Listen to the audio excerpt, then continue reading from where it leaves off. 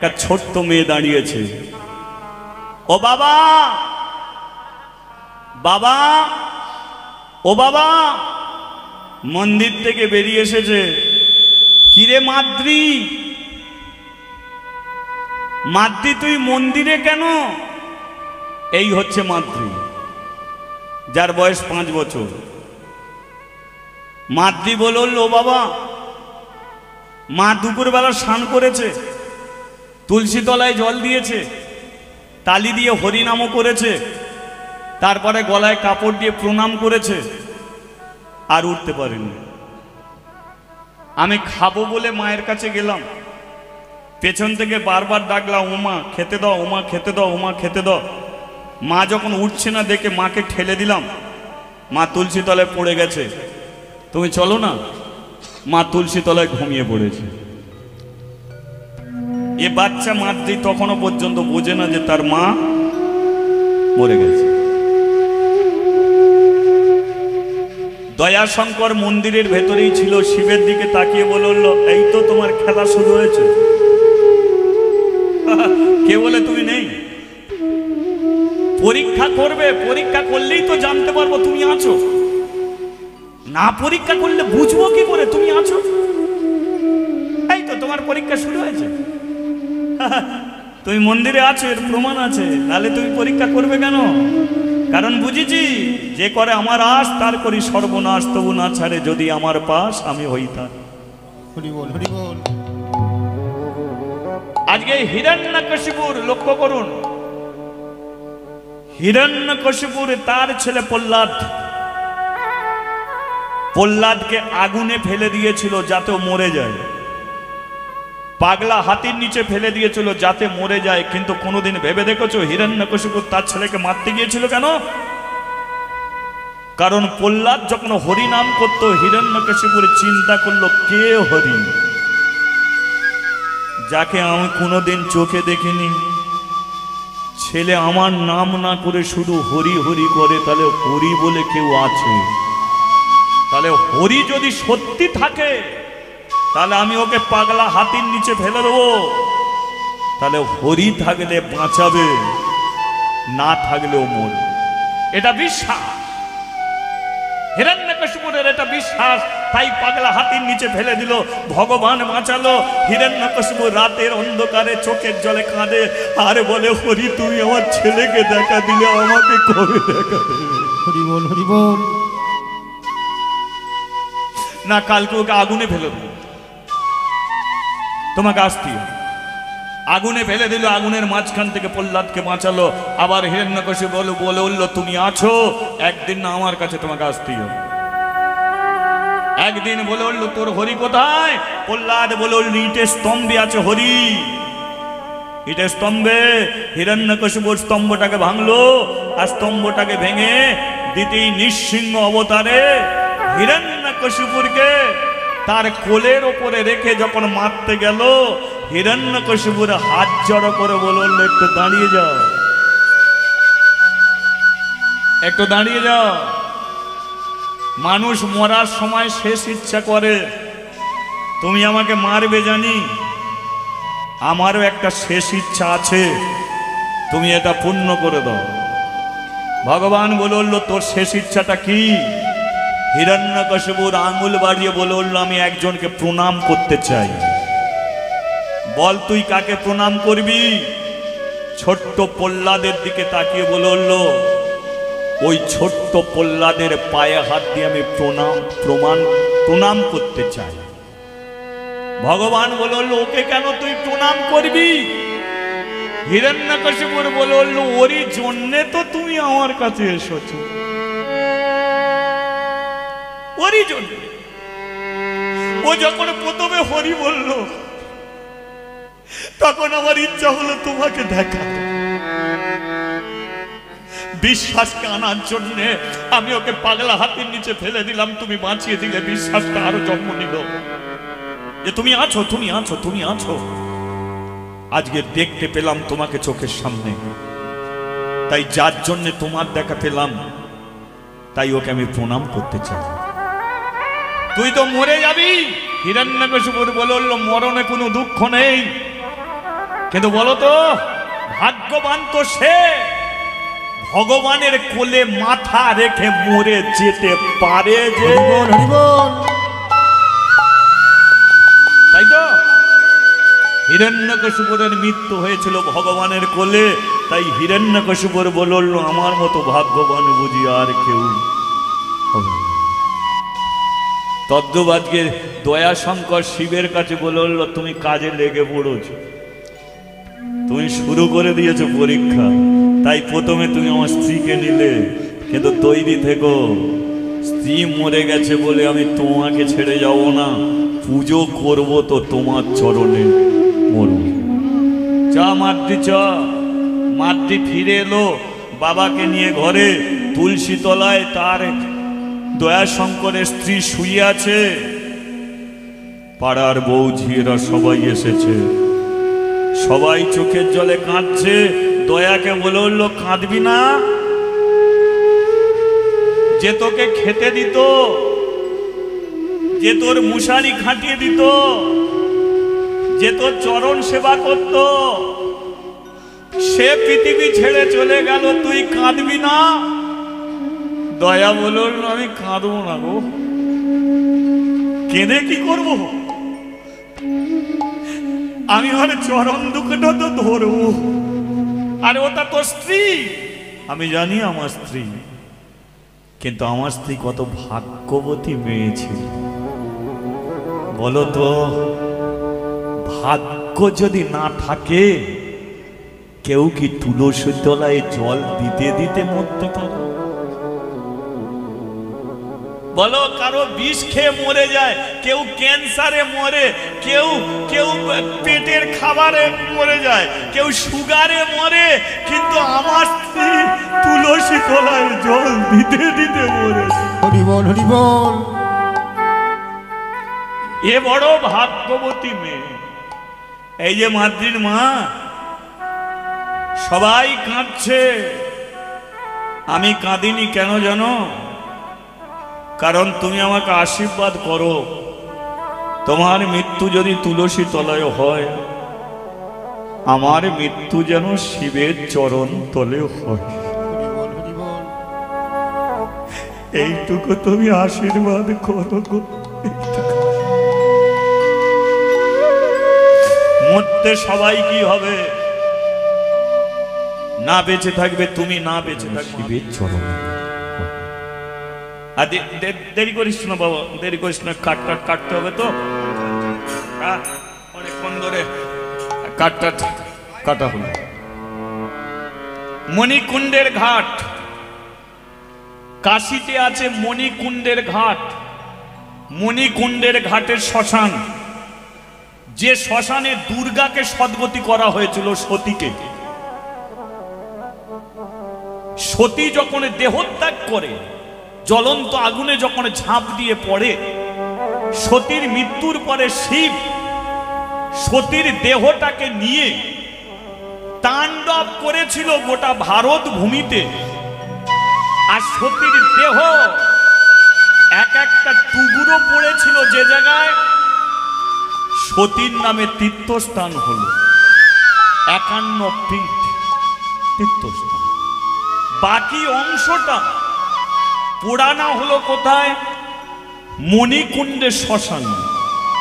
পোড়াবার পরে শিবজি ওই মণিকুণ্ডের শ্মশানকে আশীর্বাদ করে গেল যে এই শ্মশানে যে দেহের সদ্গতি হবে, সে যতই পাপী হোক না কেন, আমার আশীর্বাদে সে স্বর্গে যাবে, ভগবানের চরণ। হরি বল হরি বল। তাই আজও পর্যন্ত মণিকুণ্ডের শ্মশানে আগুন কোনোদিন নেভেনি। বহু দূর দূর থেকে দেহকে নিয়ে এসে ওই শ্মশানে সদ্গতি করে। সেই শ্মশানে সদ্গতি হচ্ছে কার? মাতৃর মায়ের। নীলাকাশে নীলাকাশে যাবি উড়ে,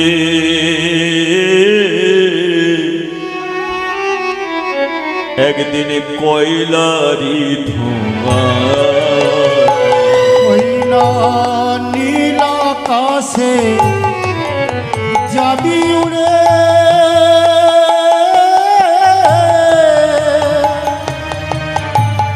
কয়লারি ধোঁয়া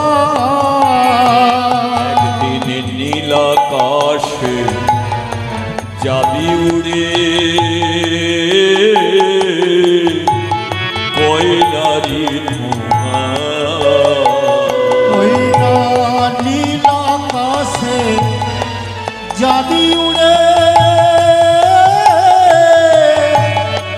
কয়লারি ধোঁয়া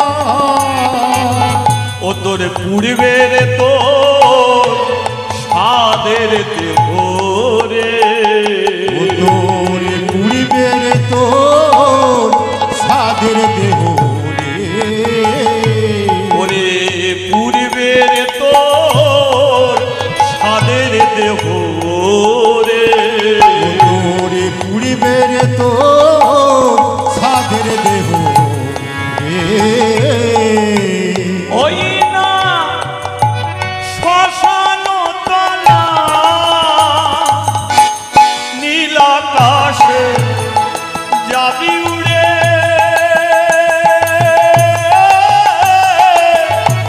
কয়লারি ধোঁয়া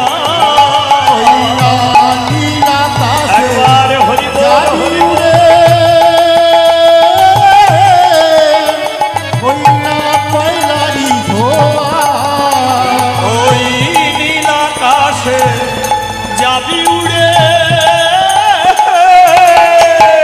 কয়লারি ধোঁয়া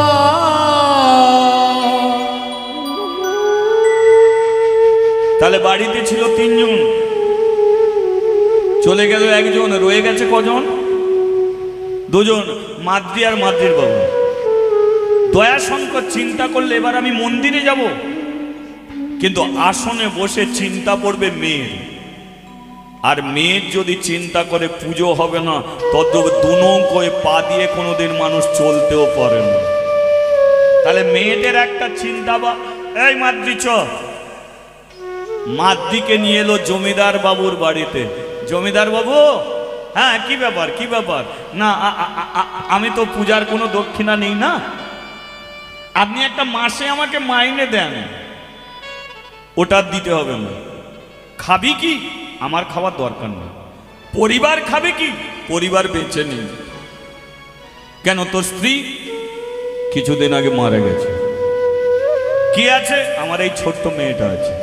তা ছোট্ট মেয়েকে নিয়ে আমার কাছে এলি কেন? আপনার মন্দির রক্ষা করবো বলে। হ্যাঁ, মন্দির তো রক্ষা, মেয়ে থাকলেও তো মন্দির রক্ষা হবে না। পুজোর আসনে বসে কোনো মানুষ যদি সংসারের কথা চিন্তা করে, তার পুজো হয় না। তদ্রূপ আমি পুজোর আসনে বসবো, আমার মেয়ের কথা চিন্তা হবে, আমার পুজো হবে না গো, পুজো হবে না। তাই আমি আপনার কাছে এসেছি। কেন? আমার মেয়েটাকে আপনি রাখবেন? রাখুন না মেয়েটাকে। আমার মেয়েটা ঝাঁট দিতে পারে, বাসন মাজতে পারে, এইটুকু বাচ্চা মেয়ে হয়ে কি হবে, অনেক কাজ করতে পারে। একে দিয়ে যা পারে করাবেন, তার বিনিময়ে শুধু দুবেলা দুমুঠো খেতে দেবেন। হরি বল, হরি বল। শুধু দুবেলা দুমুঠো খেতে দেবেন, আর কিছু দিতে হবে না।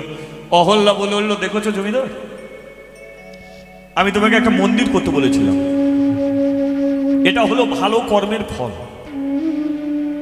আজকে মন্দির করেছো তুমি, ভালো কর্ম করেছো বলি ভগবান আমার পেটে ছেলে দিল না, কিন্তু একটা রক্ত মাংসের মেয়ে তো আমাদের ঘরে পাঠিয়ে দিল।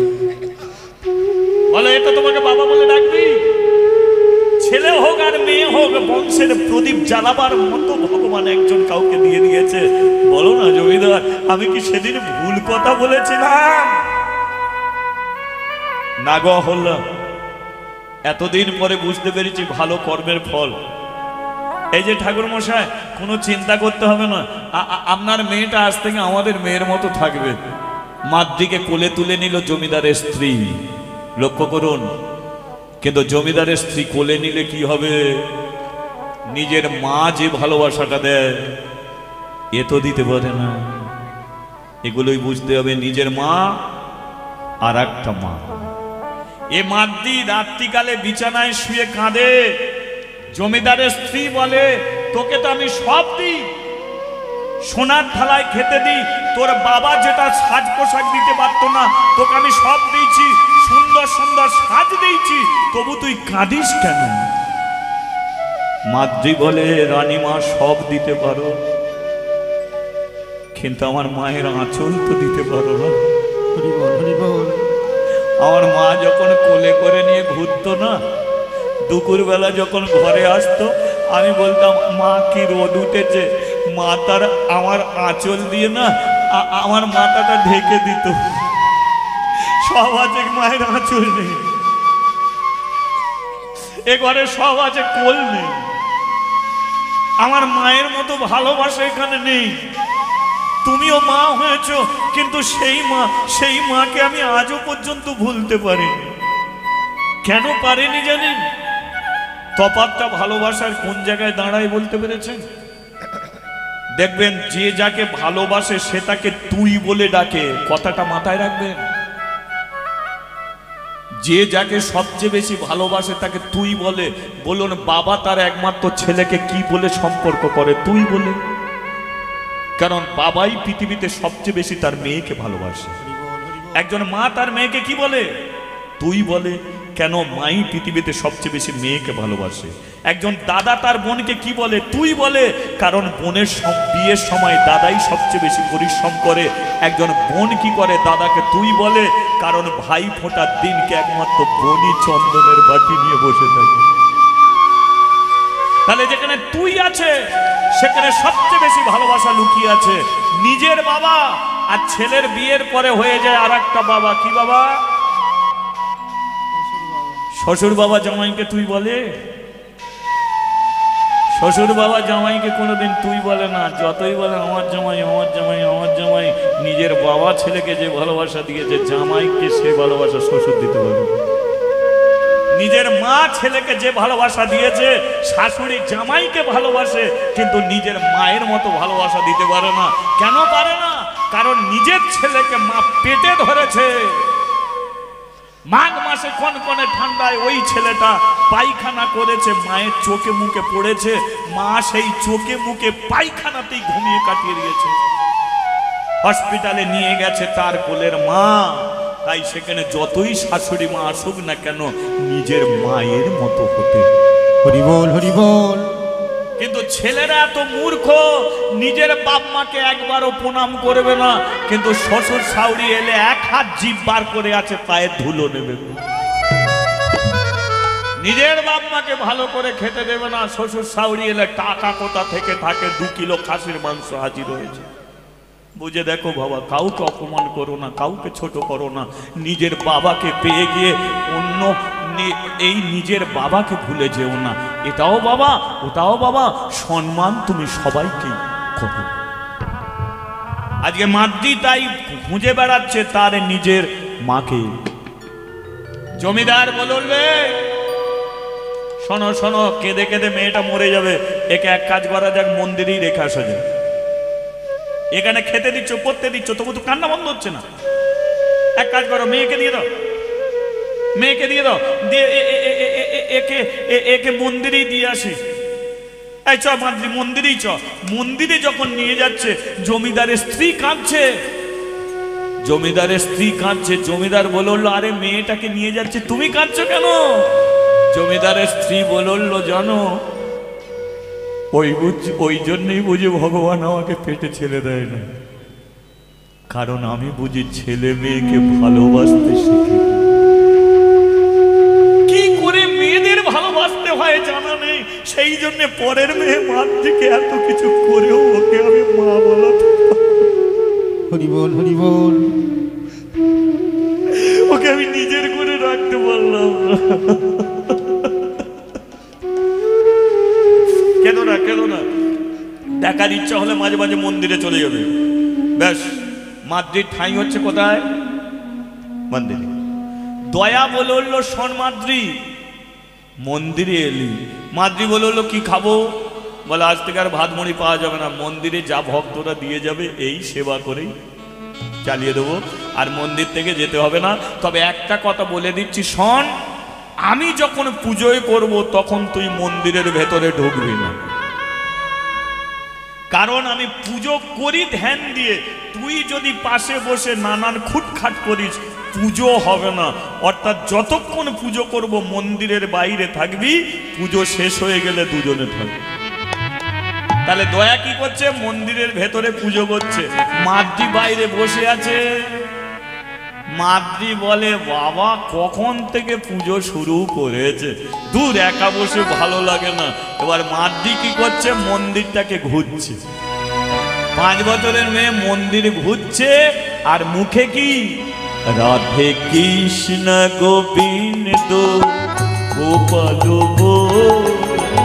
রাধা রমন হরি হরি হরি বল। রাধে কৃষ্ণ গোবিন্দ গোপাল বল, রাধার মন হরি হরি হরি বল। কে সবাই করে যাও মন্দিরে একটু পদক্ষেপ। রাধে কৃষ্ণ গোবিন্দ গোপাল বল, রাধা রমন হরি হরি হরি বল। রাধে কৃষ্ণ গোবিন্দ গোপাল বল, রাধার মন হরি হরি হরি বল। গিরি ধারিব গোবর্ধন ধারিব, গিরি ধারিব গোবর্ধন ধারিব, গিরি ধারিব গোবর্ধন ধারিব, গিরি ধারিব গোবর্ধন ধারিব। রাধা রমন হরি কৃষ্ণ কৃষ্ণ ও রাধার মন হরি কৃষ্ণ কৃষ্ণ বল, রাধা রমন হরি কৃষ্ণ কৃষ্ণ রাধার মন হরি কৃষ্ণ কৃষ্ণ বল, রাধা রমন হরি কৃষ্ণ কৃষ্ণ ও রাধার মন হরি কৃষ্ণ কৃষ্ণ বল। রাধে রাধে রাধে রাধে রাধে রাধে রাধে রাধে রাধে রাধে ও রাধে রাধে রাধে রাধে রাধে রাধে রাধে রাধে। আচ্ছা, এক তারে আলো জ্বলে কি? আলো জ্বলতে গেলে কটা তার লাগে? 4টে। 2 তারে আলো জ্বলে তো, 2টো তার এসে কানেকশন হয়েছে, আলো জ্বলছে। তদ্রূপ ভগবান আমাদের 2টো হাত দিয়েছে। এই 2টো হাত যদি মাঝে মাঝে কানেকশন হয়, তাহলে আমাদের অন্ধকার ঘরে আলো জ্বলে যাবে। তাহলে একটু আলো জ্বালাবেন, ভেতরটা আলো জ্বালাবেন। তা জ্বালাতে যদি চাও তো একবার, তাহলে তাহলে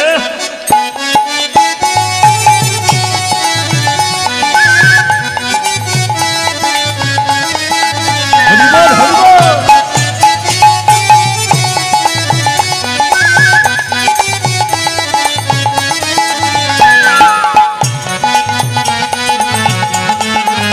উলুধ্বনি হরি বল হরি বল।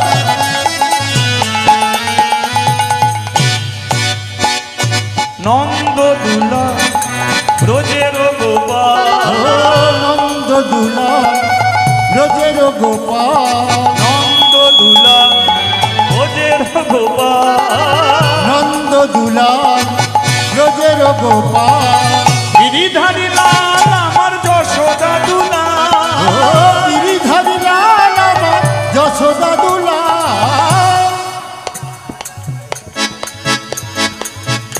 মা বুঝি মন্দির ঘুরবে।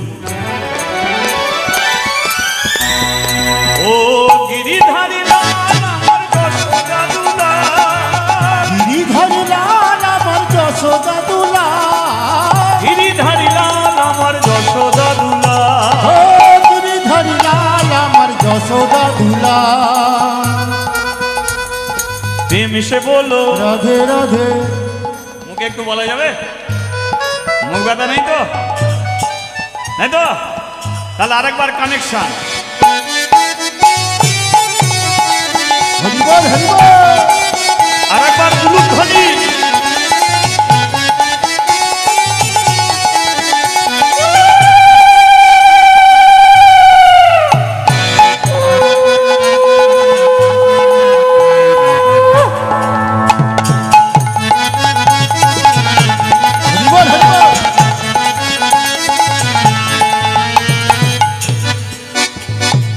মিশে বলো রাধে রাধে। বন্ধ কর একদম। আমরা আবার কালকে গিয়ে বলবো। আপনারা বলে নিন, হ্যাঁ আপনারা বলেন, কিন্তু জানি আমি চাই আমার সঙ্গে একবার বলুন, ঠিক আছে? হ্যাঁ, প্রেম সে বলো, ভাব সে বলো, মান সে বলো, दान से बोलो, दिल में बोलो, सांस में बोलो, आगे में बोलो, सामने बोलो, पीछे बोलो, दाएं बोलो, बाएं बोलो, मेरे काका बोलो, राधे राधे, काकी बोलो, राधे राधे, दादा बोलो, राधे राधे, दीदी बोलो, राधे राधे, भाई बोलो, राधे राधे, बहन बोलो, राधे राधे, बेटे बोलो, राधे राधे, ये बोलो, राधे राधे, हाथ तूले, राधे राधे।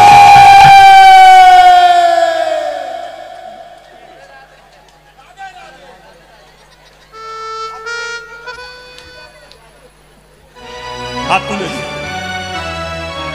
चलो एक बार सबाई मिलो परे। सारी दुनिया है दीवानी, राधा रानी आपकी। ओ सारी दुनिया है दीवानी, राधा रानी आपकी। सारी दुनिया है दीवानी, सारी दुनिया है दीवानी, सारी दुनिया है दीवानी, सारी दुनिया है दीवानी, राधा रानी आपकी। ओ सारी दुनिया है दीवानी, राधा रानी आपकी। सारी दुनिया है दीवानी, राधा रानी आपकी।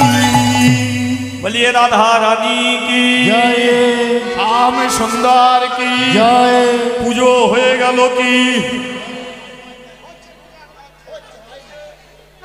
এ মাদ্রি মন্দির ঘুরে ঘুরে দরজার সম্মুখে দাঁড়িয়েছে। ও বাবা, খিদে পেয়ে গেল, কখন খেতে হবে? পুজো কি হয়ে গেছে, বড় খিদে পেয়ে গেছে।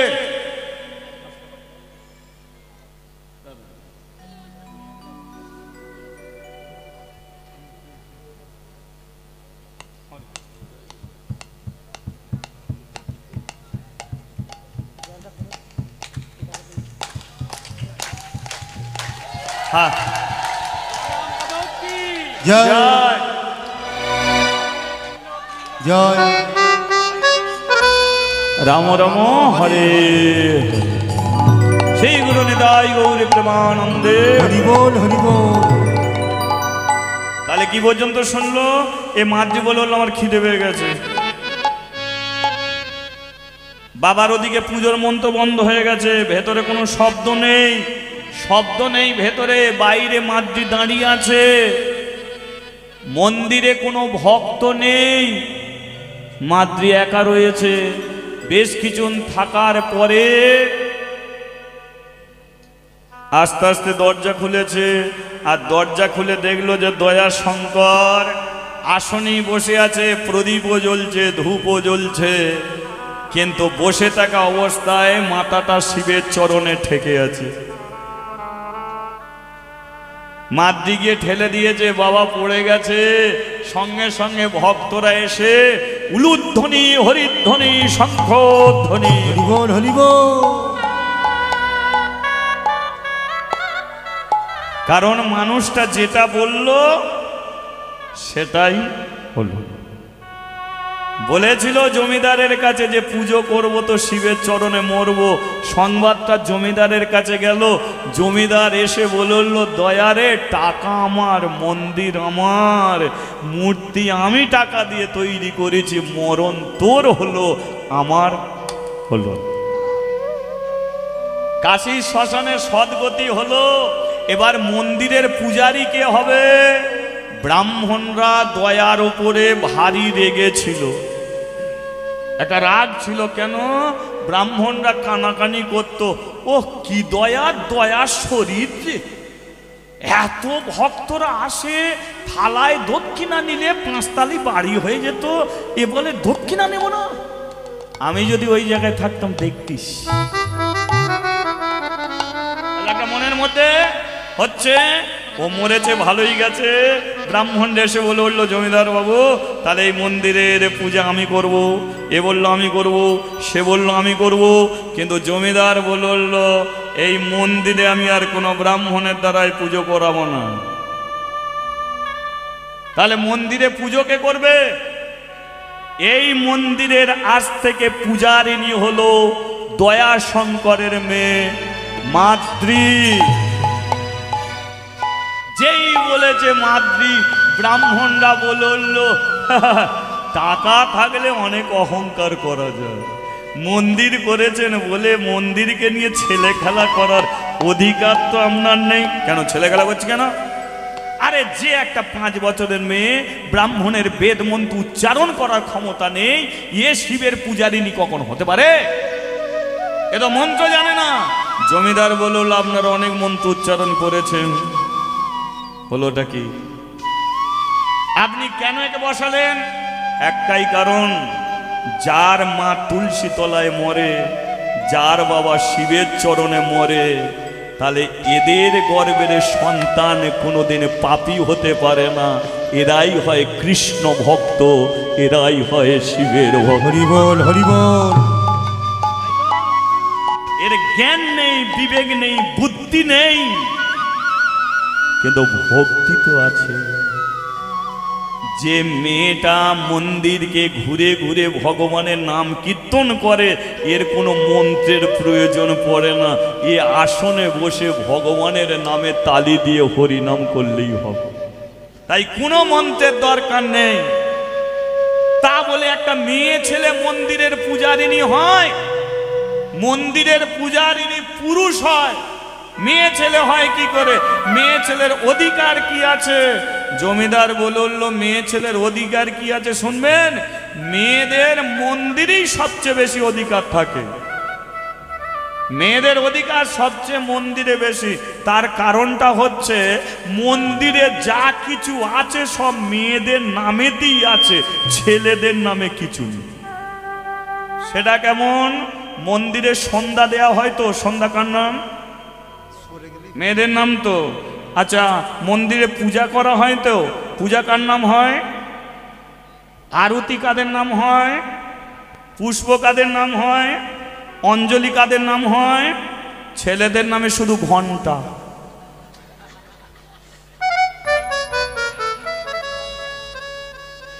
সব মেয়েদের নামে, ছেলেদের নামে শুধু ঘন্টা পড়ে আছে, ঢং ঢং করে পালিয়ে যায়। তদ্র মেয়েদের নামে সব যদি থাকে, মেয়ে কেন মন্দিরের পূজারিনী হবে না? আজ থেকে মাদ্রি হবে শিবের পূজারিনী। হরি বল। তাহলে মন্দিরে যায়নি তাই, তাহলে মন্দিরে শিবের পূজারিনী করছে মাদ্রিকে। জমিদার ডেকে নিয়ে আসনে বসিয়েছে। আসনে বসিয়ে বলল, শোন মা, প্রতিজ্ঞা করে মন্দিরে কোনোদিন পাপ কাজ করবি না, করব না। মন্দিরে কোনোদিন অপবিত্র করবি না, করব না। মন্দিরে কোনোদিন কুকাজ করবি না, করব না। এ মন্দিরকে রক্ষা করার দায়িত্ব আমি তোকে সঁপে দিলাম। হরি বল, হরি বল। আমি কটা দিন বাঁচবো জানি না, কিন্তু মন্দিরকে রক্ষা করার দায়িত্ব আমি তোকে দিয়ে গেলাম। তাহলে এবার মন্দিরে কি হচ্ছে? দয়া মরে গেছে, মাটি প্রদীপ জ্বেলেছে, ধূপ জ্বেলেছে, দয়ার মতো মন্ত্র উচ্চারণ করতে পারে না। তাই যে মন্দির ঘুরে ঘুরে হরিনাম করত, এখন আসনে বসে গোপাল গোপাল গোবিন্দা, গোপাল গোপাল গোবিন্দা, গোপাল গোপাল গোবিন্দা, গোপাল গোপাল গোবিন্দা, গোপাল হরে গোবিন্দ হরে, রাম হরে গোবিন্দ হরে, গোপাল হরে গোবিন্দ হরে, শ্যাম হরে গোবিন্দ হরে, গোপাল হরে গোবিন্দ হরে, রাম হরে গোবিন্দ হরে, গোপাল হরে গোবিন্দ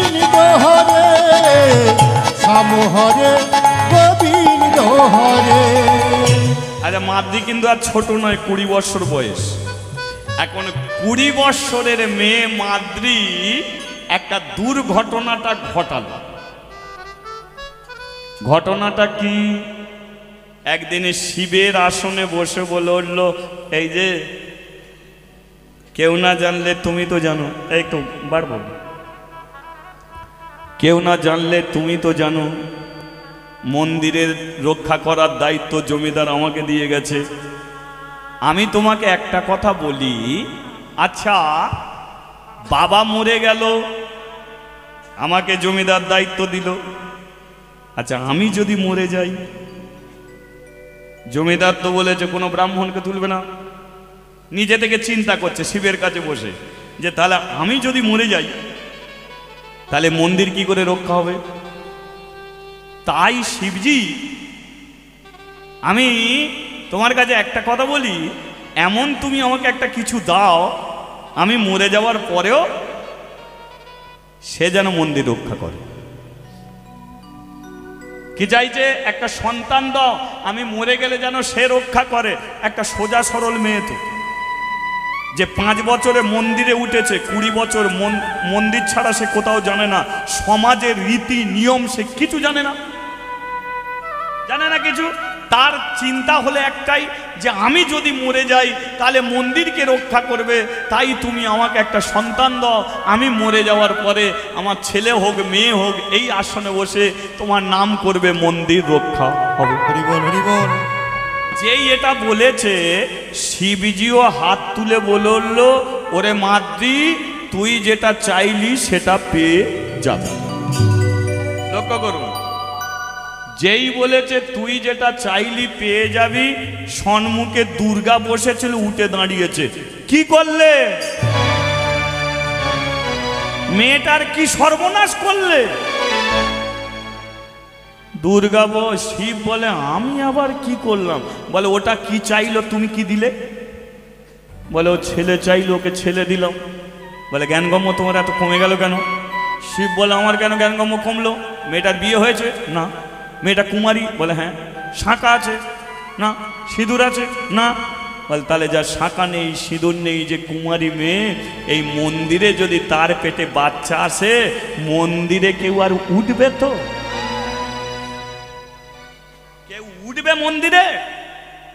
তাহলে তুমি ছেলে খেলাটা করে দিলে, সমাজ কোনোদিন মানবে তো? অর্থাৎ তুমি যেটা দিয়েছো এটা ফিরিয়ে নাও। শিব বলে, কেন আমি দিয়ে ফেলেছি, ফেরাবার কোনো রাস্তা নেই।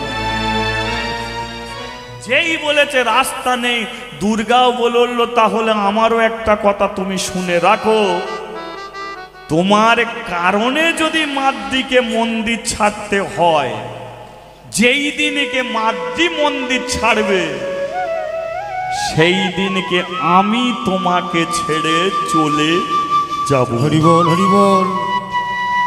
অর্থাৎ মেয়েটা সর্বনাশ তুমি করবে, তোমাকে রক্ষা করতে হবে না।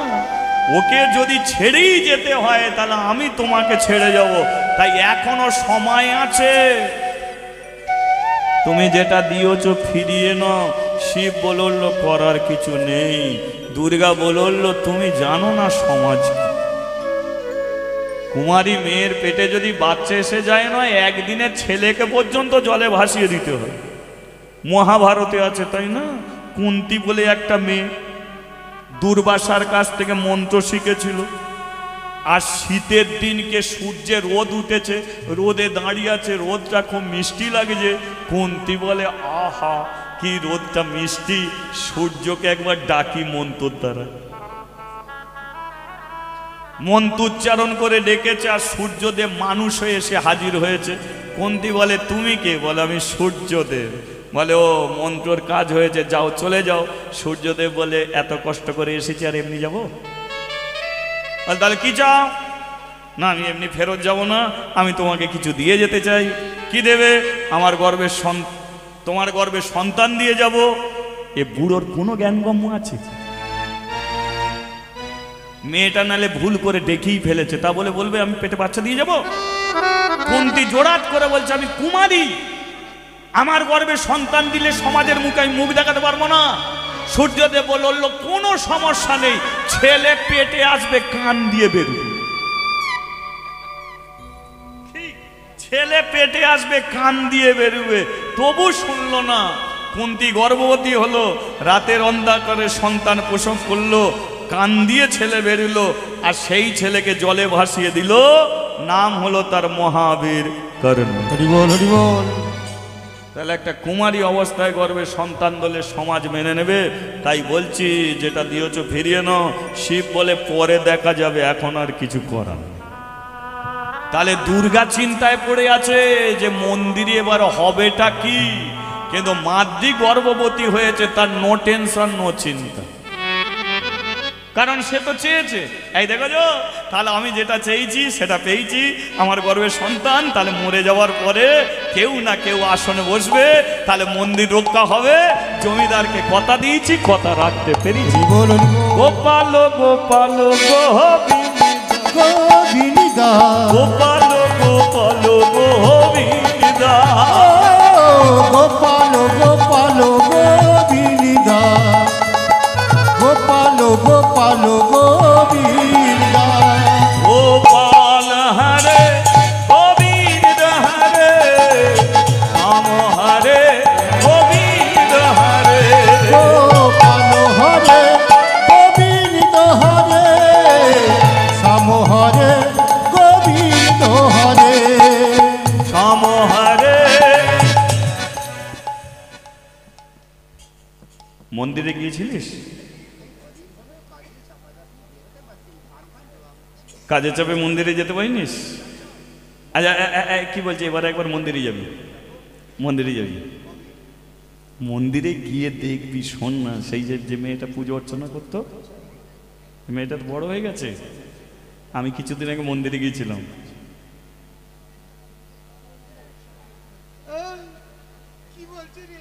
কানাকানি শুরু হয়ে গেছে তো, 7 মাসে গর্ভে সন্তান তো। মন্দিরে যে যাচ্ছে মুখ বাঁকিয়ে চলে যাচ্ছে, যেই যাচ্ছে মুখ বাঁকিয়ে চলে যাচ্ছে। আর মন্দিরে ভক্তরা উঠতেই চাইছে না। কথাটা চলে গেল কাদের কাছে? ব্রাহ্মণদের কাছে। আর যেই ব্রাহ্মণদের কাছে গেছে, ব্রাহ্মণরা দল বেঁধেছে, এসেছে জমিদার বাবুর কাছে। জমিদার বাবু বিচার চাই, বিচার চাই, বিচার চাই, বিচার চাই, বিচার চাই। অহল্যা বলল, যাও, ব্রাহ্মণরা কিসে বিচার চাইতে এসেছে? জমিদার বেরিয়ে এসেছে। এই যে একবার মন্দিরে চলুন। বড় আধিক্যতা করে বলেছিলেন, ওই বাচ্চা মেয়েটা মন্দির রক্ষা করবে। ও রক্ষা করতে গিয়ে মন্দিরকে অপবিত্র করেছে। এই মন্দিরে আর কোনো ভক্তরা আসে না। জমিদার বলল, আমার জীবনের সবচেয়ে বড় বিশ্বাস কোনোদিন ভেঙে যেতে পারে না। কোথাও একটা ভুল হচ্ছে, কোথাও না কোথাও একটা ভুল হচ্ছে। আসছি, চলুন মন্দিরে চলুন, আমি যাচ্ছি। ব্রাহ্মণরা গিয়ে আগে থাকতেই মন্দিরের সম্মুখে দাঁড়িয়েছে। অহল্যা বলল, দেখো মন্দিরে কোথাও না কিছু একটা গন্ডগোল হয়েছে, কোথাও না কোথাও একটা ভুল হয়েছে, তুমি একবার যাও, নইলে ব্রাহ্মণরা আসবে কেন? আসছি। লাঠির ওপরে ভর দিতে দিতে দিতে দিতে মন্দিরের সম্মুখে দাঁড়িয়েছে। আর মন্দিরের সিঁড়িতে পা দিয়ে ডেকে উঠেছে, মাদ্রি, ওমা মাদ্রি। মাদ্রি মন্দির থেকে বেরিয়েছে। জমিদার বাবু, আপনাকে আসতে হবে না, আমি আপনার হাত ধরে মন্দিরে নিয়ে আসবো। কিন্তু মাদ্রির দিকে দেখি জমিদার চমকে উঠেছে। পাপ যেমন তার বাপকে ছাড়ে না, তদ্রূপ কোনো গর্ভবতী মহিলা হাজার বস্ত্র দিয়েও গর্ভটাকে লুকিয়ে রাখতে পারে না। জমিদার আস্তে আস্তে মন্দিরে উঠেছে। মাদ্রিকে বলল, আয় মন্দিরের ভেতরে আয়। ভেতরে গেছে, ভেতর থেকে মন্দিরের দরজা বন্ধ করেছে। আসনে বস। আসনে বসেছে। প্রদীপ জল জ্বেলেছে, ধূপ জ্বেলেছে, সব কিছুই করেছে। এতদিন তুই হরে কৃষ্ণ মহামন্ত্র নাম করেছিস, কিন্তু আজকে তুই শিবের দিকে চোখ রেখে আমার কাছে সত্য কথাগুলো বল। বলুন জমিদার বাবু, আচ্ছা বলতো, মন্দির তোকে রক্ষা করতে বলেছিলাম, বলেছিলে, তাহলে মন্দিরে তুই এটা কি করলি, কি করেছি? মন্দির কোনো প্রেমের জায়গা নয়, মন্দির কোনো আদর খাওয়ার জায়গা নয়। প্রেমের জায়গা আলাদা হয়, আদর খাওয়ার জায়গা আলাদা। আদর মায়ের কোলে খাওয়া যায়, বাবার কোলে বসে খাওয়া যায়, একজন স্ত্রী স্বামীর বুকে মাথা দিয়ে আদর খেতে পারে, কিন্তু মন্দির তা নয়। মন্দির ভক্তির জায়গা। আজকে ভক্তির জায়গায় তুই এত বড় পাপ কাজ করে ফেললি। আমার জীবনের সবচেয়ে বড় বিশ্বাস ছিল এ মন্দিরকে তুই রক্ষা করে যাবি, কিন্তু এটা তুই কেন কাজ? আমি কি করেছি, কি করেছি? নিজের দিকে তাকিয়ে দেখ, কোন পাপকে তুই পেটে বয়ে বেড়াচ্ছিস। ও আমার গর্ভে যেটা সন্তান, এটা তো শিবের সন্তান। জমিদার বাবু, আমি একদিন আসনে বসে বলেছিলাম যে আমি মরে গেলে মন্দির কি করে রক্ষা হবে, তাই শিবকে বলেছিলাম আমাকে একটা সন্তান দাও, আমি মরে যা, পরে আমার ছেলে হোক মেয়ে হোক আসনে বসে হরিনাম করবে, মন্দির রক্ষা হবে। কথাটা সত্য। যদি বলেই থাকিস তাহলে একটা কথা জানবি, শিব কৃপা করতে পারে, কিন্তু নারী পুরুষের মিলন না হলে কোনোদিন সন্তান আসতে পারে। শিব কৃপা করেছে ঠিকই, সে বলেছে তোর সন্তান হোক, কিন্তু তুই তো কোনো পুরুষ মানুষের সঙ্গে মিলন করেছিস। কোন পুরুষের সঙ্গে মন্দিরে তুই মিলন করবি? একজন স্ত্রী স্বামীর সঙ্গে মিলন করতে পারে, কিন্তু তোর হাতে শাঁখা নেই, সিঁদুর নেই, তুই একটা কুমারী মেয়ে। মন্দির থেকে যখন সবাই চলে যায়, কোন পুরুষের সঙ্গে মিলন করে তুই জানিস? মাদ্রি, আজ নয় কাল নয়, দুদিন পরে মরে যাব। হাজার হাজার ব্রাহ্মণরা এসে জানে নালিশ নেই। আমি কোনোদিন ভাবিনি যে বুড়ো বয়সে আমি এই ব্রাহ্মণদের নালিশ শুনতে হবে তোরই জন্য। ওরে তুই কেন এ কাজ করলি? তুই যে পাপী হয়ে গেলি রে মা, তুই যে কুলোটা কলঙ্কিনী অসতী হয়ে গেলি সমাজের বুকে। হরি বল, হরি বল। এটা তো না করতে পারতিস। জমিদার বাবু, আপনি বিশ্বাস করবেন কি না করবেন, আমি গঙ্গা জলের মতো পবিত্র। গঙ্গা জল যেমন পবিত্র, তেমন গঙ্গা জলের মতো আমি পবিত্র। আমি কোনো পাপ করিনি, আমি কোনো অন্যায় করিনি, কোনো অপরাধ করিনি। এ দুটো চোখ সারা জীবন একমাত্র শিবের কাছে চোখ রেখে গেছি। এ চোখ আজ পর্যন্ত কোনো পরপুরুষের দিকে আমি তাকাইনি। মন্দিরে হাজার হাজার ভক্ত আসে, কিন্তু কোনোদিন ভক্তদের দিকে আমি তাকাইনি। আর আপনি আমাকে বললেন আমি পরপুরুষের সঙ্গ করেছি। আজকে মন্দিরে আমি কুলোটা কলঙ্কিনী অসতী, আমি তোকে দোষ দিতে চাইনি। যদি শিবের কৃপায় সন্তান হয়, তাহলে ব্রাহ্মণরা যে নালিশ নিয়ে এসেছে, আমি এর জন্য কি করব? বল না তো শিবকে, শিবকে বল ওই ব্রাহ্মণদের কাছে যেন সত্যটা বলে। এটাকে তুই বলে দে না, যেন সত্যটা বলে। বলবো শিবের চরণে গিয়ে মাথা ঠুকছে, বলো বলো বলো, আমি তো তোমার কাছে সন্তান চাইছি, তুমি তো আমাকে সন্তান দিয়েছ। কিন্তু আজকে সমাজ আমাকে কুলোটা বলে, কলঙ্কিনী বলে, অসতী বলে। আমি সমাজের নিয়ম জানিনি, আমি একটা অবলা সরলা মেয়ে। আজকে আমার সামনে বড় বিপদ। আজকে জমিদার আমাকে পাপী বলছে, হাজার হাজার ব্রাহ্মণরা আমাকে পাপী বলছে, কিন্তু তুমি তো জানো আমি কোনো পাপ কাজ করিনি গো।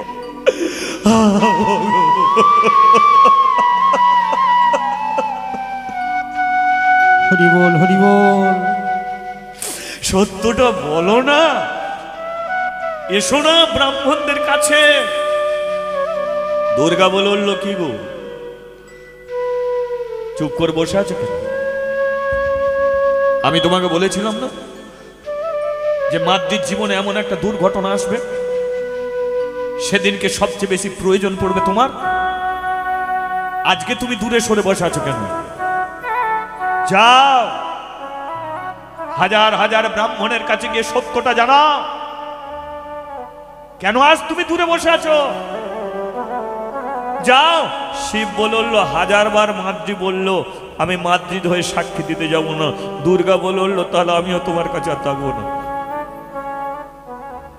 আমিও তোমাকে বলে রেখেছিলাম মাদ্রি যদি মন্দির ছেড়ে, আমি তোমাকে ছেড়ে চলে যাব। শিব বলল চলে যাও, আমার কোনো দুঃখ নেই, তবু আমি যাবো না। ও তুমিও চেয়েছিলে মেয়েটা তোমাকে বুঝি ভালো করে খেতে দিতে পারতো না, তোমার সম্মুখে বুঝি ধূপ ঠিকভাবে জানতে পারতো না, তাই তুমিও চাইলে, তুমিও ব্রাহ্মণের দলে যোগ দিলে যাতে ও মন্দির ছেড়ে চলে যায়। আমি চলে যাব। মাথা ঠুকে ঠুকে মাতৃ রক্ত বার করে ফেললো, তবু পাথরের মূর্তি পাথর হয়ে রয়ে গেল। মাতৃ বুঝে নিল যে সমাজের বুকে সে একা হয়ে গেছে। জমিদারকে বলল, জমিদার বাবু আপনি, আমার আর কিছু করার নেই, আয় মন্দির থেকে বেরিয়ে আয়। বেরিয়ে এলো মন্দির থেকে। মাতৃকে বলল মন্দিরের দরজা বন্ধ করে দে। শোন, এখন দুপুর, সন্ধে হতে বাকি, তাই এই সময়ের মধ্যে মন্দির ছেড়ে, কাশি ছেড়ে সারা জীবনের মতো চলে যাবি। এই কাশিতে কোনোদিনের জন্য তোর মুখ তুই দেখাবি না। আরো একটা কথা বলি, শোন, বেঁচে থাকার তোর কোনো অধিকার নেই, কারণ আজকে তুই মন্দিরকে অপবিত্র করলি, কালকে তোর পেটে ছেলে করবে। তদ্র মাতৃ তোর মরে যাও ভালো। জমিদার বাবু এমন অভিশাপ দেবে না গো আমাকে, এমন অভিশাপ দিও না। অভিশাপ নয়, অভিশাপ নয়, অভিশাপ নয়। মন্দিরের দরজা তুই বন্ধ করেছিস, মন্দির ছেড়ে তোকে চলে যেতে হবে। তবে একটা কথা বলে দিচ্ছি, এ মন্দিরে আমি কোনোদিন ব্রাহ্মণকে তুলব না। জীবনে যদি সতী নারী প্রমাণ করতে পারিস, আবার কাশিতে তুই ফিরে আসিস, আমি হয়তো বাঁচব না, কিন্তু আমার বিশ্বাস তুই সেই মন্দিরের দরজা খুলবি। একটার পর একটা সিঁড়ি থেকে নামছে, আমি ভাবে একা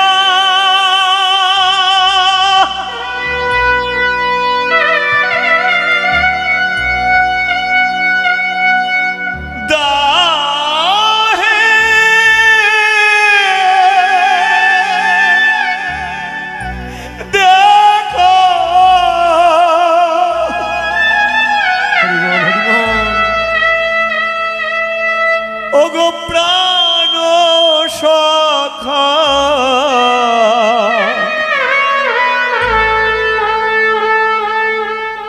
রাখো পা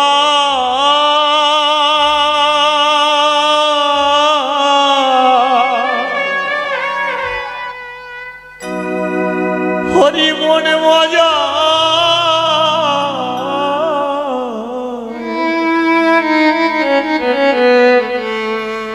লুকালি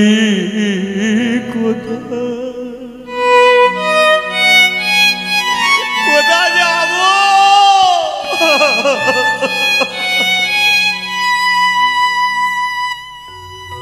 কার কাছে যাব,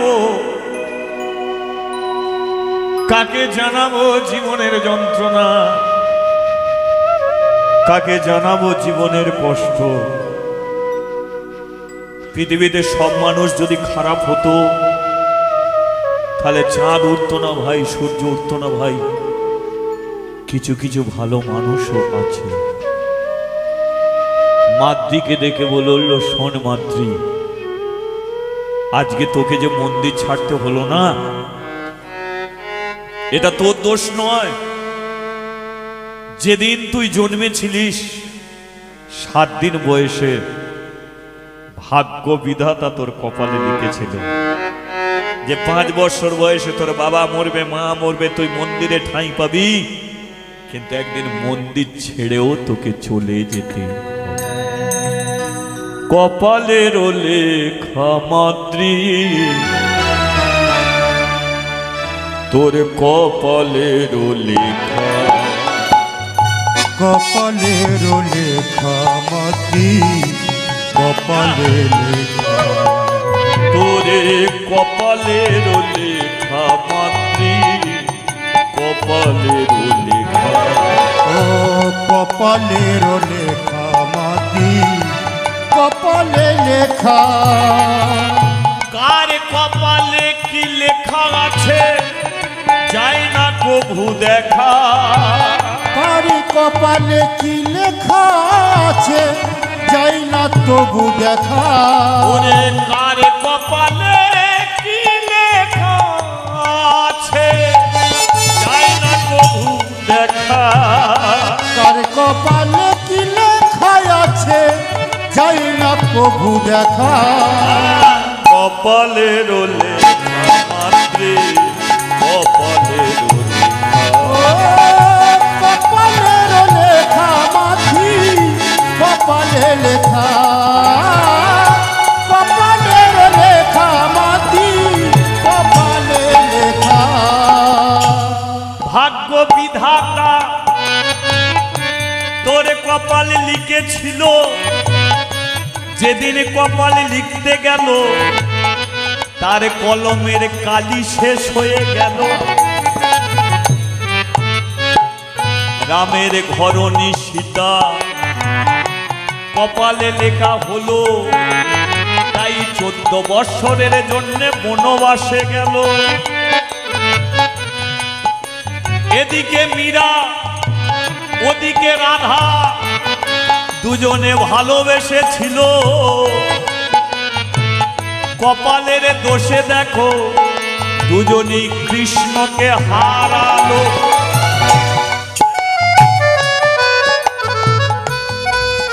নিমাইয়ের স্ত্রী বিষ্ণু প্রিয়া নিমাইকে পেল। কপালের দোষে দেখো নিমাই চলে গেল।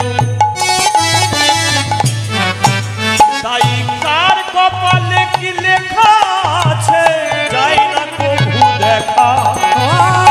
হরি হরি হরি লেখা আছে যাই না প্রভু দেখা। কপালের লেখা মাত্রে কপালের কপালের লেখা মাটি কপালে লেখা। কপালের লেখা মাটি কপালে লেখা।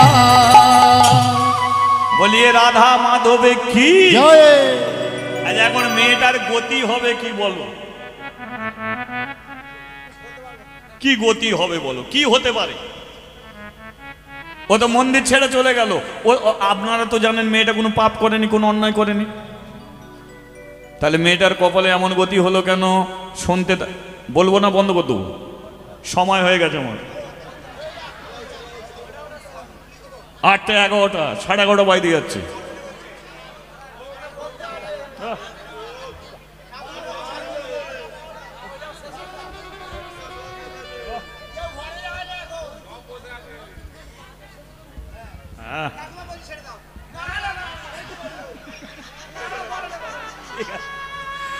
বলিয়ে রাধা মাধবে কি জয়।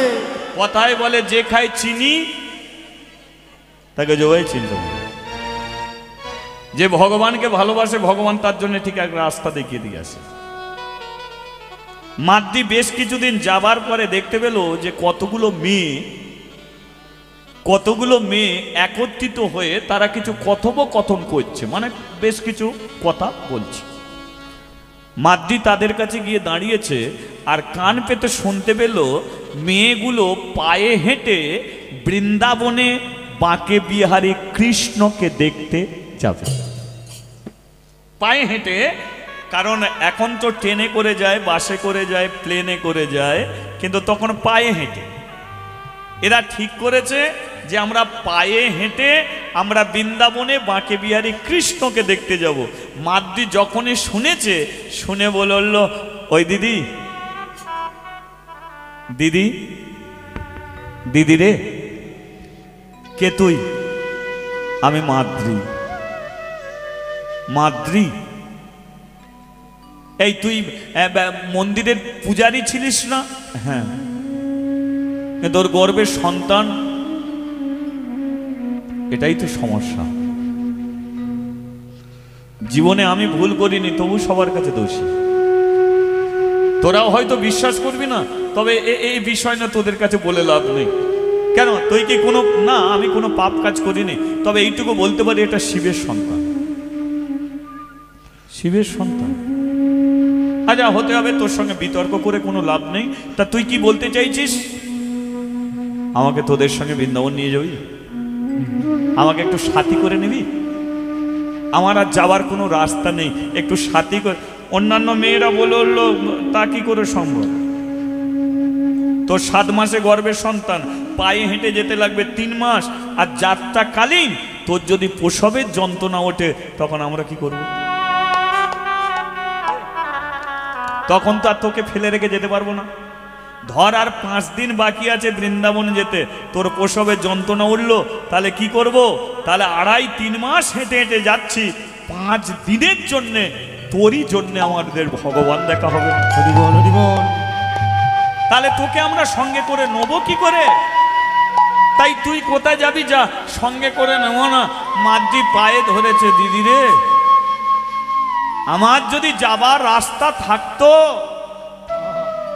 তাহলে আমি চলে যেতাম, মরতেও পারতাম। মরি না কেন? কারণ কেউ না কেউ আছে আমি যে নির্দোষ এটা একদিন প্রমাণ করার জন্য। যদি জগৎ সত্য থাকে, যদি সত্যমে জয়তে থাকে, তাহলে সারাটা জীবন সত্যের পথে হেঁটেছি, তাহলে কেউ না কেউ আছে আমি সতী নারী প্রমাণ করবেই করবে। তাই মরতে পারছি না, আমাকে সঙ্গে। আচ্ছা ঠিক আছে, কিন্তু তুই কথা দে, বল কি কথা? না যেইখানে যেই মুহূর্তে তোর প্রসবের যন্ত্রণা উঠবে, কথা দে আমাদের কাউকে আটকাবি না। মাদ্রি বলল, আমি পেটের ছেলেকে হাত রেখে কথা দিলাম, কথা দিলাম আমার পেটের ছেলেকে হাত রেখে, যখনই আমার প্রসবের যন্ত্রণা যেই স্থানে যেই মুহূর্তে উঠবে, তোর আমার সাথী, তোরা সবাই ছেড়ে চলে যাবি, আমি তোদের ঘরে আটকাবো না। পেটের ছেলেকে হাত দিয়ে কথা দিলি, যদি আটকে রাখিস তো তোর ছেলে মরে যাবে। কথা দিলি।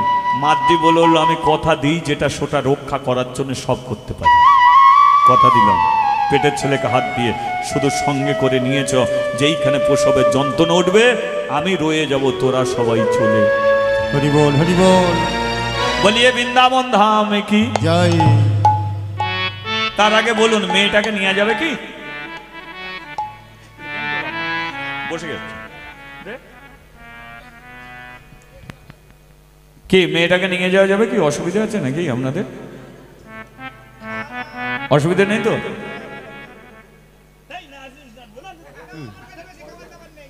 খাবার দাবার নাই থাক, তোর ভাগে দিতে হবে না, তোর ভাগে দিতে হবে না, আমি আমার ভাগেরটা একে খাইয়ে দেবো। হ্যাঁ এরা সবাই সাথে, কোনো সমস্যা নেই। চলুন, আপনাদের কোনো সমস্যা নেই তো? তাহলে একে সঙ্গে নিয়ে যাক। ও রাখালে রাজা, বৃন্দাবনে যাবো, একটু ভজন হয়ে যাবে নাকি একই জায়গায়? বলে দে রে কোথায় বৃন্দাবন, শ্যাম কুণ্ড, রাধা কুণ্ড, গিরি গোবর্ধন। রাখাল রাজা বলে দে রে কোথায় বৃন্দাবন, শ্যামে কুণ্ড, রাধা কুণ্ড, গিরি গোবর্ধন। একটু তালে তালে চলো, তালি দিতে দিতে। হরি বল, হরি বল।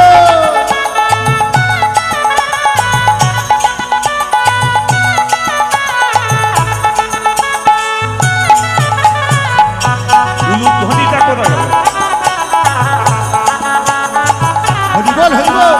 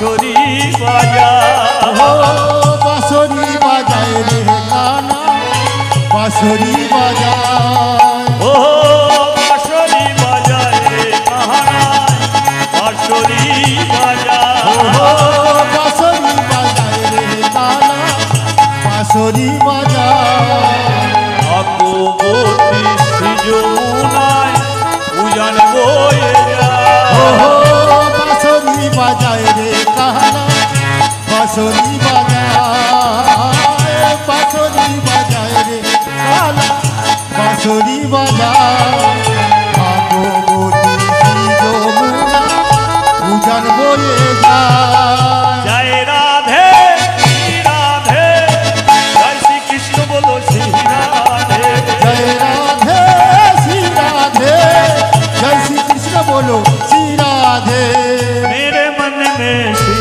राधे ओ मेरे मन में श्री राधे मेरे मन में श्री राधे मेरे मन में श्री राधे मेरे तन में श्री राधे मेरे तन में श्री राधे मेरे दिल में श्री राधे ओ मेरे दिल में श्री राधे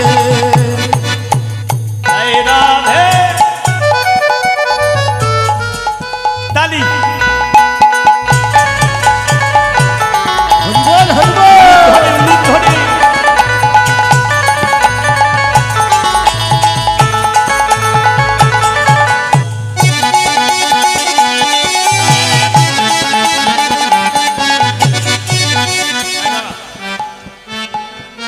অত নাচানাচি করো না এখানে ঘুরে তাকালে কি হবে মাদ্রি নাচছে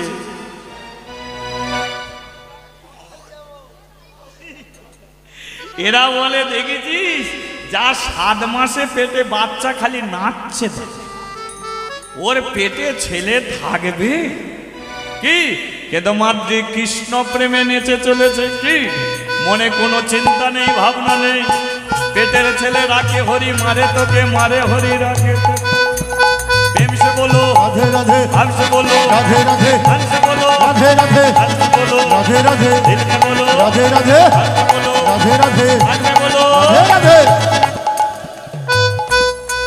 राधे राधे बोल वृंदावने बोल चल बोल राधे राधे बोल वृंदावने चल राधे राधे बोल वृंदावने चल राधे राधे बोल वृंदावने चल राधे राधे बोल सब वृंदावने चल राधे राधे बोले सब वृंदावने चल এবারে নাচিতে নাচিতে তারা মথুরাতে এলো नाचिते नाचिते तारा मथुराते एलो নাচিতে নাচিতে তারা মথুরাতে এলো नाचिते नाचिते तारा मथुराते एलो আরে ভক্তগণ সবাই মিলে হরি হরি বলে ভক্তগণ সবাই মিলে হরি হরি বলে ভক্তগণ সবাই মিলে হরি হরি বলে তাদের আনন্দ ধরে না আনন্দ ধরে না আনন্দ ধরে না আনন্দ ধরে না কৃষ্ণ দেখা পাবে বলে আনন্দ ধরে না কৃষ্ণ দেখা পাবে বলে আনন্দ ধরে না কৃষ্ণ দেখা আরে হরি হরি হরি বল আনন্দ ধরে না হরি হরি হরি বলে আনন্দ ধরে হরি হরি হরি বলে আনন্দ ধরে হরি হরি হরি বলে আনন্দ ধরে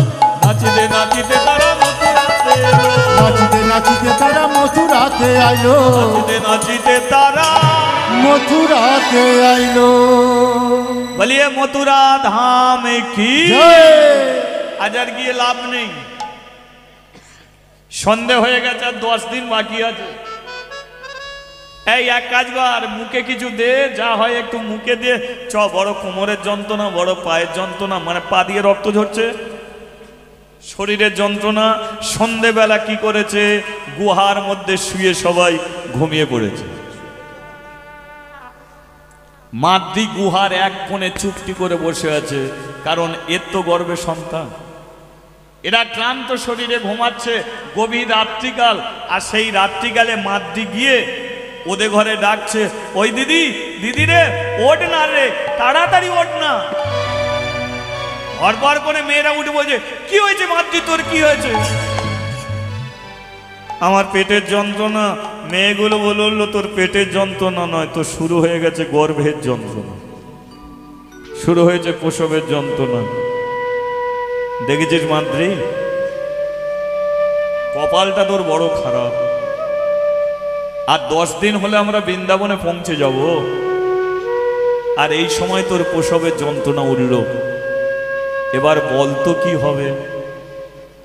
তুই তো কথা দিয়েছিলিস যে তোর পেটের ছেলেকে হাত দিয়ে কথা দিলি আমাদের কেউ আটকাবি না, আমাদের হয়তো আটকাবি না, আমরা চলে যাব, কিন্তু তোকে ছেড়ে যেতে কি মন চায়? হরি বল, হরি বল। বল, ছেড়ে যেতে কি মন চায়? ওরে তোকে তোকে আমরা খেতে দিয়েছি, সাথী করে কাছে টেনে নিয়েছি, বড় আনন্দে এসেছি, তোর হাত ধরে ধরে এসেছি যাতে তুই ভালো থাকিস। আর আজকে তোর 10 দিন বাকি প্রসবের যন্ত্রণা হলো। আমরা ভগবানের কাছে জানাচ্ছিলাম মাতৃ যেন বৃন্দাবনে পৌঁছে সন্তান প্রসব করে, কিন্তু দেখ 10টা দিন আর তোর পেটের ছেলে সহ্য করতে পারলো না, বেরিয়ে আসার জন্য ছটফট করছে। এখন কি করব? মাতৃ তুই যেটা বলবি সেটাই করব। মাতৃ বলল, আমি কথা দিয়েছিলাম, এক কাজ কর, সকালবেলা হলে না, সকালবেলা হলে তোরা সবাই চলে যাবি। বলি সকালবেলা হলে তোরা সবাই চলে যাবি, সকাল হলে তোরা সবাই চলে যাবি, সকালবেলা হলে তোরা চলে যাবি, আমার কাছে কাউকে থাকতে হবে না। মাতৃ বলছে বটে, কিন্তু এরাগুলো বললো, বলতো তুই মন থেকে বলছিস? তুই কি মন থেকে বলছিস আমরা চলে যাই? মাতৃ বলল, কেউ কি মন থেকে বলতে পারে? এতদিন আমাকে তোরা খেতে দিলি, হাত ধরে নিয়ে এলি, তোরা সবাই চলে যাবে, আমি একা কি করব? বল বল না, আমি একা কি করব? হরি বল। তবু বলছি চলে যাবি, যা চলে যাবি। সকালবেলা হলো, মাতৃর মাথায় হাত দিয়ে সান্ত্বনা দিয়ে তার একটার পর একটা সাথীরা সব চলে যাচ্ছে। মাতৃর চোখে জল, জল ভরা চোখে সাথীগুলোকে যতক্ষণ দেখার দেখলো, তারপর একটার পর একটা সবাই মিলিয়ে গেল। গুহাতে মাতৃ একা বসে আছে, প্রসবের যন্ত্রণা, নিজের গর্বে হাত রেখে বলল, তুই যেদিন কি আমার পেটে এলি সেদিন থেকেই আমার দুঃখটা শুরু হলো। তোকে চাওয়াটাই ছিল অপরাধ, যার কাছ থেকে চাইলাম সে দিল, কিন্তু সাক্ষী দিতে এলো না। হয়তো তার ছেলে বলতে লজ্জা পেয়েছিল, তাই সে দূরে সরে গেল। যত বিপদ আমার সম্মুখে চলে এলো, আমি এদের ঘরে পেয়েছিলাম, এদের ঘরেও হারিয়ে ফেললাম। তুই এলি বটে, আর 10টা দিন অপেক্ষা করতে পারতিস, তাহলে তুই তো আমার পথের কাঁটা, তুই তো আমার জীবনে দুঃখ কষ্ট, তোরই জন্যে কাশীর মন্দির ছিল, তোরই জন্যে আমি কুলোটা, কলঙ্কিনী, অসতী, সমাজের বুকে আমি পাপী। যে জমিদার আমাকে এত বিশ্বাস করতো, সেই জমিদার পর্যন্ত আমাকে বিশ্বাস করলো না তোরই জন্যে। তাহলে তুই তো আমার ভালো করতে আসিনিস, তুই তো আমাকে ভালো করতে আসিনিস, এসেছিস আমাকে পাপী সাজাবার জন্য, কুলোটা সাজাবার জন্য। তাহলে তোর মতো ছেলেকে নিয়ে আমি কি করব? মরে যাওয়াটাই তোর ভালো। তুই মরবি না, আমি তোকে জোর করে মেরে ফেলবো। জোর করে পেটে আঘাত করছে, মরে যা, মরে যা, মরে যা। জোর করে আঘাত করে একটা ছেলে প্রসব করেছে। ছেলের গায়ে ছিটে ছিটে রক্ত জমে আছে। তোকে কোলে নিলেও মরবি, না নিলেও তুই মরবি। কোলে তোকে আর নেব না। কোলে না নিয়ে মাতৃ কোমরে পেটে কাপড় বেঁধেছে, আর পেটে কাপড় বেঁধে প্রথমে হাঁটা শুরু করলো। রক্ত টোপে টোপে রাস্তায় পড়ছে, হাঁটার শক্তিটা চলে গেল। হামাগুড়ি দিচ্ছে, হামাগুড়ি আর দিতে পারছে না। হাঁটুগুলো কেটে ঝরঝর করে রক্ত ঝরছে, শুয়ে শুয়ে যেতে শুরু করেছে। গন্ডি কেটে কেটে যাচ্ছে। এমন সময় মাদ্রি শুনতে পেল বৃন্দাবনের বাঁকে বিহারী কৃষ্ণ মন্দিরের উলুধ্বনি উলুধ্বনি।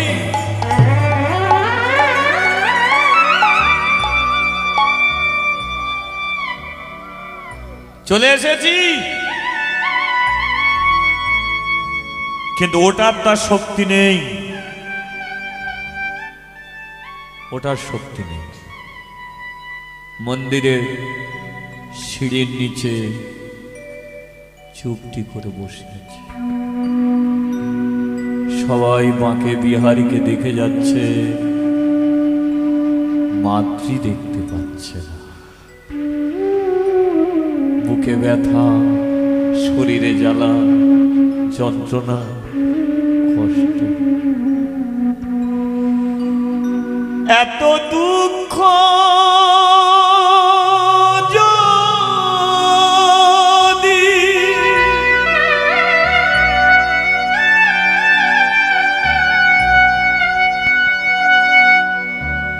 দিলি রে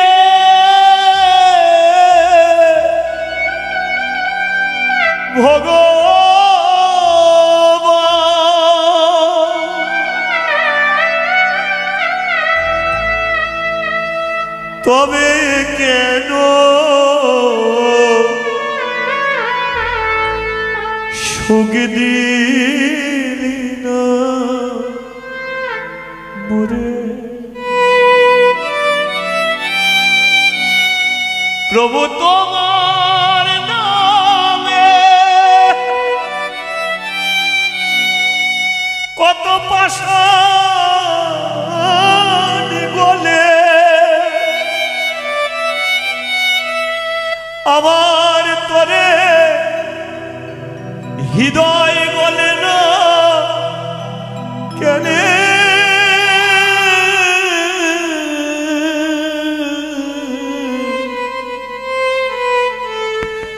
সুখ দিলি না। হরি বল হরি বল। হঠাৎ একটা ছেলে এসেছে, মাদ্রির কাছে একটা ছেলে এসেছে, এসে বলল কিরে মা, সবাই বাঁকে বিহারী কৃষ্ণকে দেখছে, তুই দেখবি না? তুই দেখবি না? মাদ্রি বলল দেখার জন্যে তো ছেলেকে ফেলে রেখে চলে এলাম, কিন্তু তার দেখা পেলাম কই? ও তুই উঠতে পারছিস না? উঠতে তো পারলে দেখতে পেতাম। ওটার তো শক্তি নেই। আচ্ছা আচ্ছা আচ্ছা আচ্ছা, আমি তোকে দেখাবো, তুই দেখবি? কেন দেখবো না? তবে আয় না, আয় আয়। একটা কালো মতো ছেলে এসে, আয় আয়, আমার দে, হাতটা দে।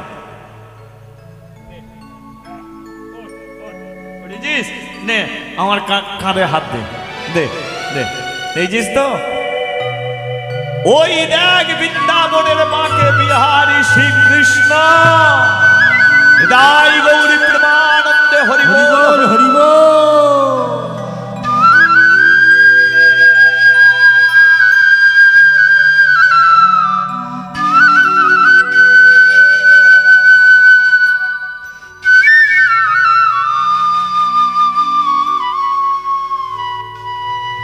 জল ভরা চোখে মাকে বিহারীকে দেখছে, মন হয়ে গেছে তন্ময়। মন্দির থেকে সবাই চলে গেছে, মাদ্রি একা দাঁড়িয়ে আছে। হঠাৎ মাদ্রির মনে হলো সে সোজা হয়ে দাঁড়াতে পারেনি, একটা ছেলে তাকে দাঁড় করিয়েছে। হঠাৎ মাদ্রি নিজের দিকে দেখলো, ছেলেটা নেই, একা দাঁড়িয়ে আছে। আর যে ছেলেটাকে তুলে দাঁড় করিয়েছিল, যে ছেলেটা মাতৃকে তুলে দাঁড় করিয়েছিল, সেই ছেলেটাই বৃন্দাবনের বাঁকে বিহারী কৃষ্ণ হয়ে দাঁড়িয়ে আছে। হরি বল।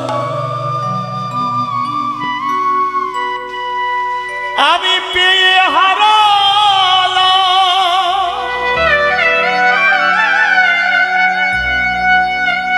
এই তো আমার কাছে ছিলে তবে কেন আমায় ছেড়ে ভগবান দূরে চলে গেলে? না নিলাম তোমার চরণের ধুলি, আমি দুঃখিনী হত ভাগিনী, আমি যে জনম দুঃখী, জনগে দুঃখিনী। মাতৃ কে? আমি বৃন্দাবনের কৃষ্ণ। আমি তোকে দাঁড় করালাম,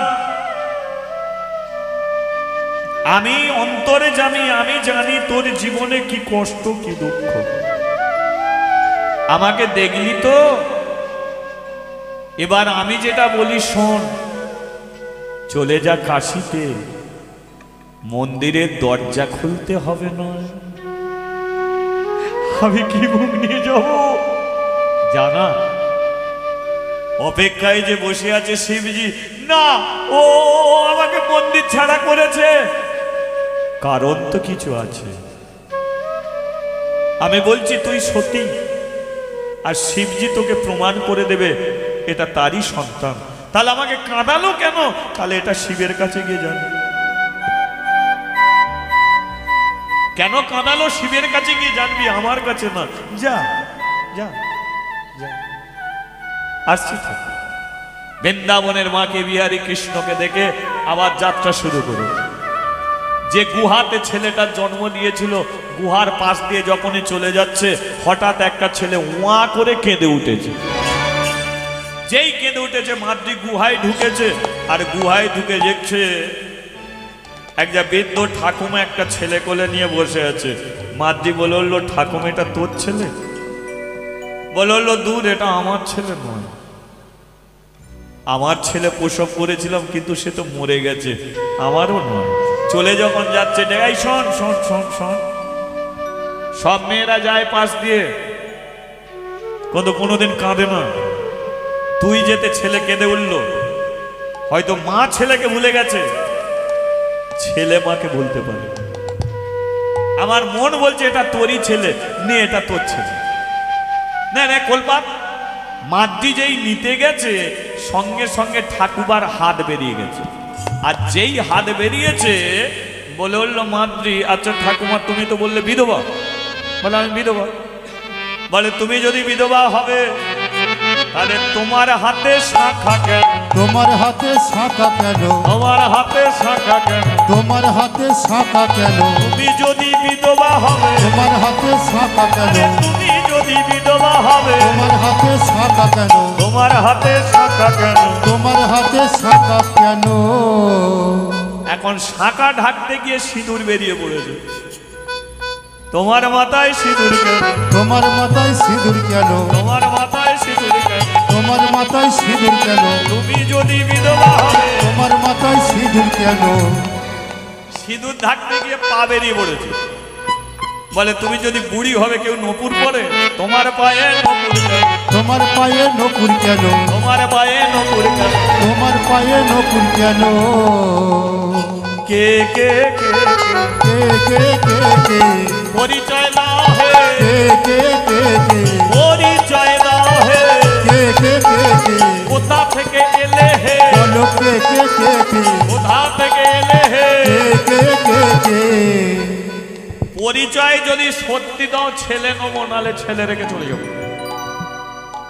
তুমি বিধবা নও, ঠাকুমা নয়, তোমার একটা আলাদা রূপ আছে। বলো তুমি কি? কে তুমি? হয় বলো, নালে ছেলে রাখো, আমি চলে যাচ্ছি। চলে যখন যাচ্ছে, ঠাকুমা ডেকে উঠেছে, মাতৃ আমার নাম যে মাতৃ, তুমি কি করে জানলে? বলে আমাকে খেতে দিলি, আমার কাছে প্রদীপ জ্বাললি, ধূপ জ্বাললি, আর আমি তোকে চিনব না। কে তুমি? আমি হলাম পার্বতী, আমি হলাম দেবী দুর্গা, আমি হলাম মহামায়া মা অন্নপূর্ণা। হরি বল হরি বল। তুমি তো মন্দিরে থাকবে, গুহায় বসে আছো কেন? বল তোর জন্য। তোর জন্যে, আমার জন্য কেন? বলে এই দেখ, সেদিনের ঘটনা কেউ না জানলে আমি জানি। শিবকে অনেক করে বলেছিলাম আমাকে ছেলে দিও না, ওর সর্বনাশ ঘটে যাবে, কিন্তু তবু দিয়েছে। আর আমিও প্রতিজ্ঞা করেছিলাম মাদ্রি যদি মন্দির ছাড়ে আমিও তোমাকে ছেড়ে চলে যাব। তাই তুই যখন মন্দির ছাড়লি আমিও তাকে ছেড়ে চলে এসেছি। বলে তাহলে তোমাকে দেখতে পেলাম না কেন? বলে আমি মহামায়া, মায়ার প্রভাবে সবাইকে দেখতে পাই, কিন্তু আমাকে কেউ দেখতে পায়। হরি বল, হরি বল। তুই চলে গেলি, তোর ছেলেকে কোলে করে নিয়ে আমি বসে আছি, জানি তোকে ফিরতে হবে। চ চ চ ছেলে নে, চ যাবো, শিবের 12টা বাজিয়ে দেবো। তোকে কাঁদা না, চ এবার তোর দলে আমিও জয়েন হচ্ছি। চলো এবারে ছেলে, মাদ্রি আর দুর্গা এসে দরজা খুলেছে। দরজা খুলতেই শিব বলে উঠল, হ্যাঁ গো দুর্গা, তুমি এতদিন কোথায় ছিলে? দুর্গা আচ্ছা মুখটা বাঁকিও না। দুর্গা বলে উঠল, সত্যি করে বলো একে কাঁদালে কেন? মন্দির ছাড়া করলে কেন? শিব বলে উঠল, শোনো দুর্গা, ও যখন মন্দির ঘিরে ঘিরে হরিনাম করত, মন্দির ঘিরে ঘিরে যখন কৃষ্ণ নাম করত, আমার আসনে বসে যখন হরিনাম করত, কৃষ্ণ নাম করত,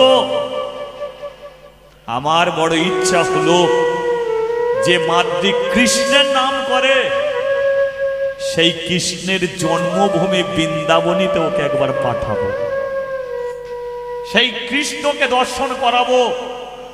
সেদিন কি আমি যদি বলতাম ও আমারই সন্তান, তাহলে জমিদার ওকে মন্দিরে রেখে দিত, ওর কোনোদিনই বৃন্দাবনে গিয়ে কৃষ্ণর দেখা মিলত না। হরি বল, হরি বল।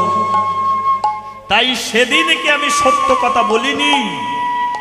তুমি যখন প্রতিজ্ঞা করলে যে মাদ্রি যদি মন্দির ছাড়ে আমি ছেড়ে চলে যাব, মনে মনে ভাবলাম আমি এটাই চাই, মাদ্রির সঙ্গে কেউ না থাকলে তুমি যদি থাকো, তাহলে মাদ্রি আবার পুনরায় মন্দিরে ফিরে আসবে। হরি বল, হরি বল। তাই সেদিনকে আমি বলেছিলাম যাও, কোনো সমস্যা নাই। আজকে ওকে কষ্ট পেতে হয়েছে, দুঃখ পেতে হয়েছে, কিন্তু বলো তো বৃন্দাবনে গিয়ে সবাই কি সচক্ষে কৃষ্ণকে দেখতে পায়? তাহলে আমাকে তুমি দোষ দেবে? তাহলে বলো আমি কি মাদ্রির ভালো করিনি? মাদ্রিও শিবের চরণে পড়েছে, দুর্গাও পড়েছে, আমাদের তোমাকে আমরা চিনতে পারিনি। সেই বলল ব্রাহ্মণরা আসুন, প্রমাণ করে দেব। ব্রাহ্মণরা এলো, জমিদার আর নাই, মারা গেছে। শিব দৈববাণী করে বলল, এ আমারই সন্তান, আমারই কৃপাতে মাদ্রির গর্ভে সন্তান এসেছে। তবে এটাও বলে দিচ্ছি মাদ্রির মৃত্যু হবে, কিন্তু এই সন্তান আবার আসনে বসে হরিনাম করবে, কৃষ্ণ নাম করবে। ব্রাহ্মণরা বলল, মাদ্রি তুই বড় ভাগ্যবতী মেয়ে, কেন জানিস? আমরা শিবের দৈববাণী শুনলাম, আর তুই সচক্ষে কৃষ্ণকে দেখলি, সচক্ষে শিবজিকে দেখলি। আমাদের মনতে যেটা হয় না, সেটা একমাত্র ভক্তির জোরই হয়ে যায়। তাই ভক্তি যার, ভগবান হরি বল, হরি বল।